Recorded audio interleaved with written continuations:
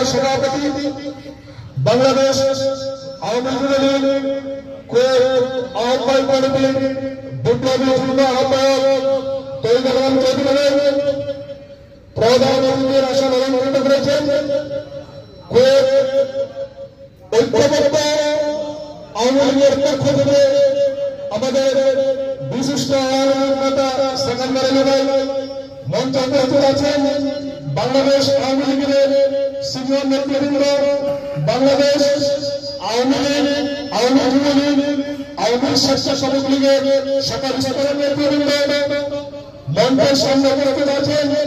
বিভিন্ন মহানগর থেকে আগত বাংলাদেশ আওয়ামী লীগ, আওয়ামী যুবলীগ, আওয়ামী স্বেচ্ছাসেবক লীগ, বাংলাদেশ ছাত্রলীগ সহ বাংলাদেশের আওয়ামী লীগের বিভিন্ন সহযোগী ও প্রাপ্তপত্র সংগঠনের নেতৃবৃন্দ উপস্থিত আছেন।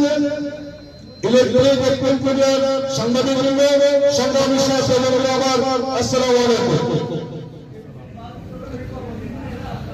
দীর্ঘ 25 বছর লড়াই সংগ্রামের পর 1971 সালের 25 মার্চ জাতির পিতা বঙ্গবন্ধু শেখ মুজিবুর রহমানের স্বাধীনতার ঘোষণার মধ্যে যে যুদ্ধ শুরু হয়েছিল, সে আন্দোলন 25 মার্চ রাতে জাতির পিতা বঙ্গবন্ধু শেখ মুজিবুর রহমানকে গ্রেফতার করে পাকিস্তানের কারাগারে নিয়ে গিয়েছিল পাকিস্তান বাহিনী।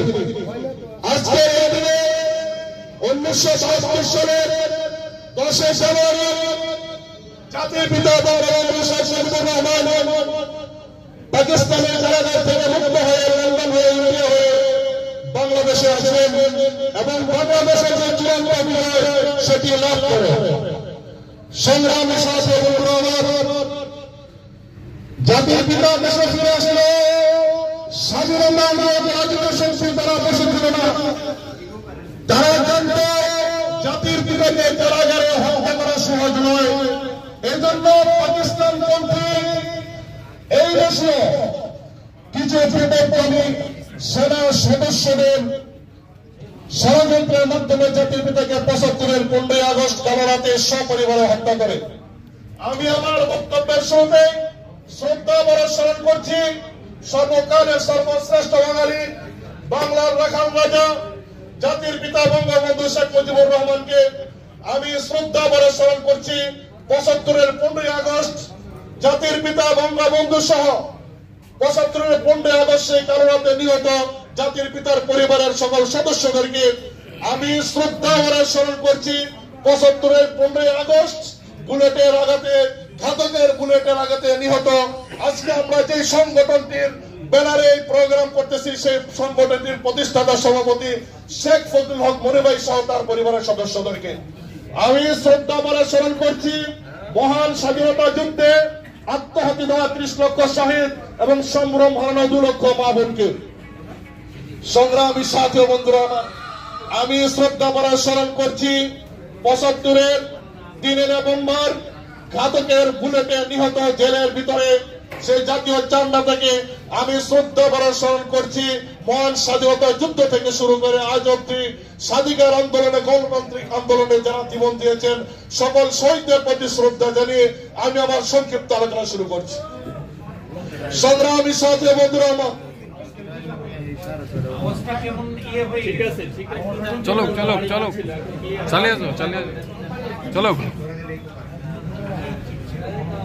এখন ঠিক আছে, আপনি চলেন। সংগ্রামী সাথী বন্ধুরা আমার, আজকে 2024-এর জুলাই আগস্ট থেকে শুরু করে আজকে 2025-এর জানুয়ারি, আমরা যারা মুক্তিযুদ্ধের সপক্ষের মানুষ আছি, বঙ্গবন্ধু আদর্শের মানুষেরা আছি, একই সাথে বঙ্গবন্ধুর বাংলাদেশ, শেখ হাসিনার বাংলাদেশ ভালো নেই। আমরা 1971 সালে জাতির পিতার আদর্শে উজ্জীবিত হয়ে জাতির পিতার নির্দেশে বাংলার দামাল ছেলেরা বাংলাদেশকে হানাদার মুক্ত করার জন্য, একটি রাষ্ট্রের জন্য, একটি পতাকার জন্য, একটি মানচিত্রের জন্য, একটি সার্বভৌমত্বের জন্য যুদ্ধ করেছিল।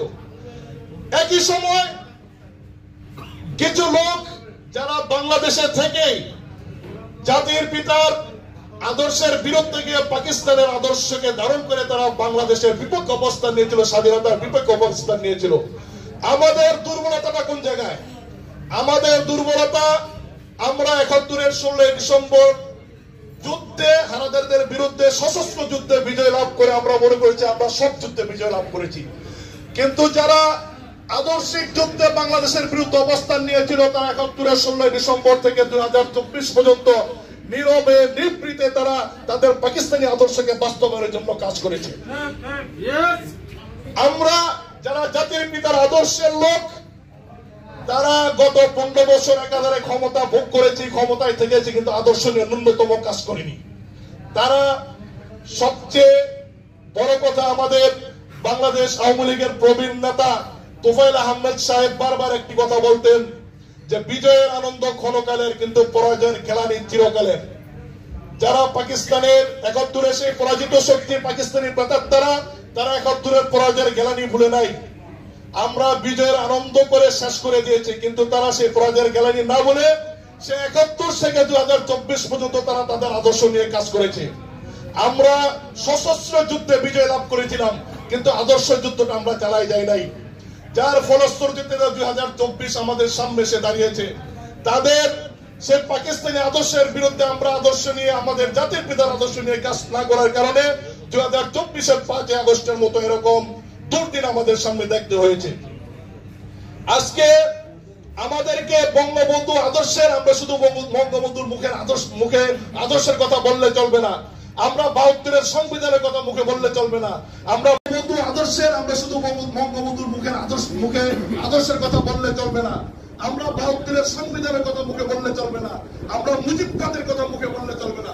মুজিববাদকে মনে প্রাণে ধারণ করতে হবে, মুজিববাদের আদর্শ নিয়ে কাজ করতে হবে। সামনের যে যুদ্ধটা, সেটা শুধু আমাদের সামনে সশস্ত্র যুদ্ধ না, এই হানাদার মুক্ত করার যুদ্ধ না, একই সাথে আমাদের আদর্শিক যুদ্ধ সামনে করতে হবে। আমরা বিশ্বাস করি জাতির পিতা বঙ্গবন্ধু কন্যা জননেত্রী শেখ হাসিনা আবারও সময়ের মধ্যে আমাদের মধ্যে ফিরে আসবেন এবং পাকিস্তানের সেই পরাজিত শক্তি যারা পশ্চিমাদের মদদে বাংলাদেশকে আবারও দখল করেছে, বঙ্গবন্ধু কন্যার নেতৃত্বে, বঙ্গবন্ধু কন্যার নেতৃত্বে স্বাধীনতার সপক্ষের শক্তি আবারও সশস্ত্র এবং আদর্শ যুদ্ধের মাধ্যমে তাদেরকে পরাজিত করবে, আবারও বাংলার পতাকাকে সেই পুরনো সময় থেকে মুক্ত করবে।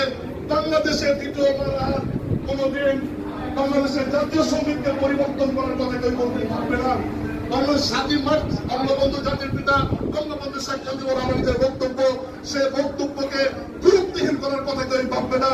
বাংলাদেশের যে মানচিত্র, সে মানচিত্র নিয়ে কেউ প্রশ্ন তুলবে না, আমাদের লাল সবুজের পতাকা নিয়ে কেউ প্রশ্ন তুলবে না, জাতির পিতার ভূমিকা নিয়ে কেউ প্রশ্ন তুলবে না, আমাদের মহান স্বাধীনতা যুদ্ধের শহীদদের নিয়ে কেউ প্রশ্ন তুলবে না। আমরা বিশ্বাস করি দ্রুত সময়ের মধ্যে জাতির পিতা বঙ্গবন্ধু কন্যা জননেত্রী শেখ হাসিনা আবারও বাংলাদেশে ফিরে আসবে এবং তার নেতৃত্বে বাংলাদেশ এবং দেশ এবং বিদেশে জাতির পিতার আদর্শের সৈনিকেরা আবারও যুদ্ধে ঝাঁপিয়ে পড়বে। সেই যুদ্ধে আবারও বঙ্গবন্ধু আদর্শের কর্মীরা বিজয়ী হবে। সেই জন্য সে পর্যন্ত সবাইকে ভালো থাকা